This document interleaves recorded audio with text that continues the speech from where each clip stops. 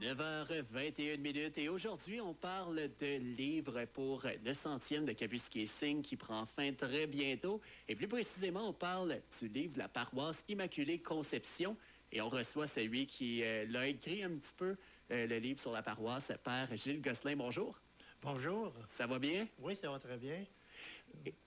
Donc là, vous avez écrit le livre sur les 100 ans de la paroisse Immaculée Conception. Pourquoi avoir fait ça?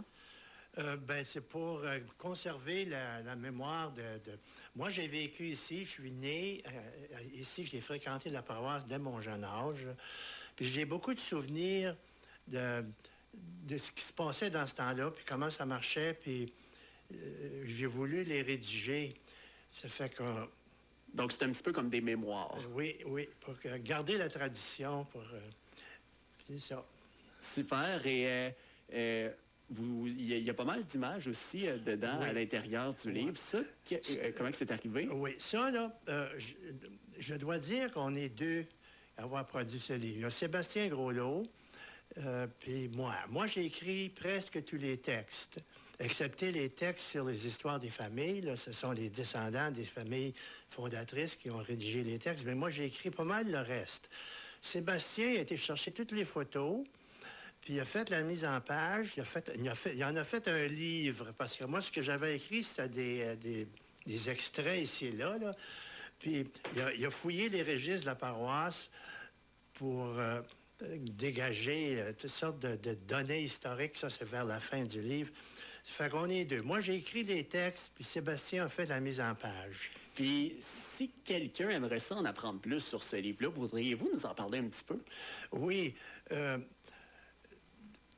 C'est comme tu as mentionné, c'est le 100e de la paroisse. En fait, c'était en 1921. C'est la même année que la ville.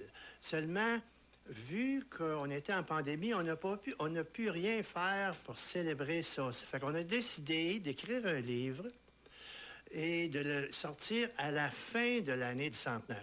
L'année du centenaire, c'était du 5 pour la paroisse, le 5 juin 1921 au 5 juin 2021 jusqu'au... Oui, justement. Jusqu'au 5 juin 2022.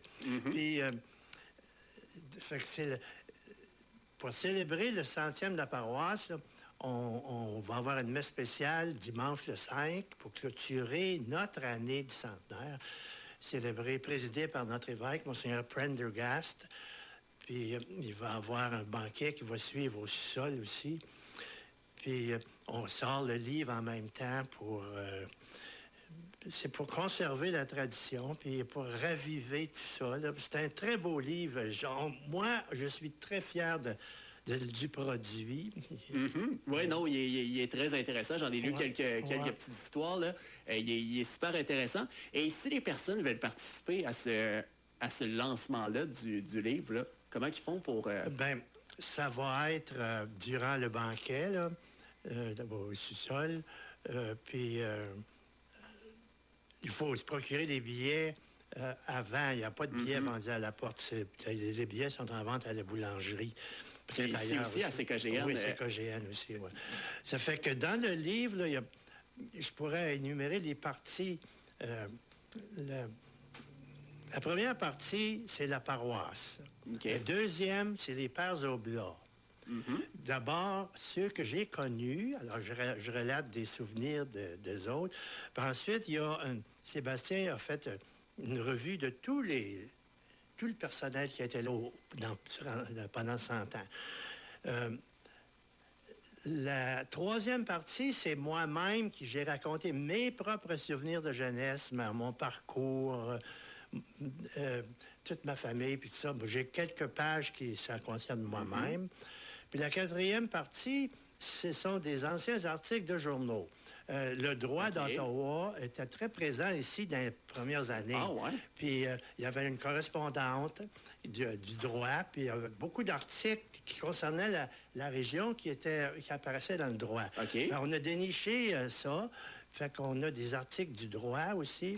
Puis la cinquième partie, c'est les familles fondatrices. Puis la sixième partie, c'est tout tout le personnel des Oblats et des prêtres qui les ont suivis. Ouais. Et vous nous dites, voyons, les pères Oblats, voudriez-vous nous en parler un petit peu plus? Parce que moi, je ne viens pas de la région, donc je suis un petit peu moins...